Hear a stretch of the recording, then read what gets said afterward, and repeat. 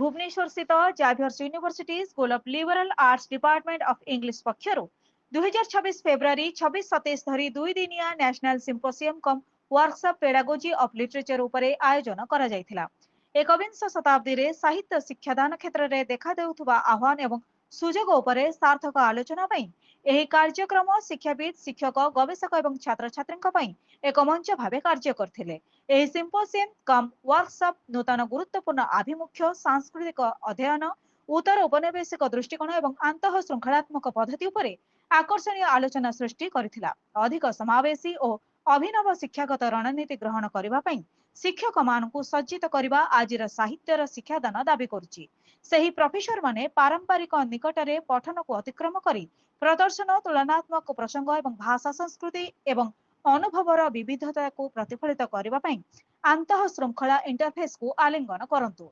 एही कार्यक्रमर प्रारंभ रे स्कूल ऑफ लिबरल आर्ट्स र डीन डॉक्टर पीवी पद्मांक स्वागत भाषण, जाभियर्स यूनिवर्सिटी मान्यवर कुलपति doctor father K S Kashmir SDM को उद्घाटनी अभिभाषण एवं एसएलए न्यूज लेटर उन्मोचन करा जायतिला।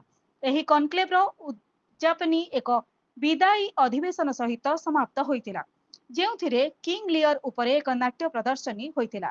Doctor Sudha Mishra professor and head एक इवेंट रिपोर्ट प्रेजेंट करिथिले। एहार प्लेनरी सेशन एवं इंटरैक्टिव वर्कशॉप माध्यम रे एही सिम्पोसियम कम वर्कशॉप एक गतिशील ज्ञानमंच भाव में उदय होइतिला। भुवनेश्वर एलना महांती रिपोर्ट, जनशक्ति टीवी।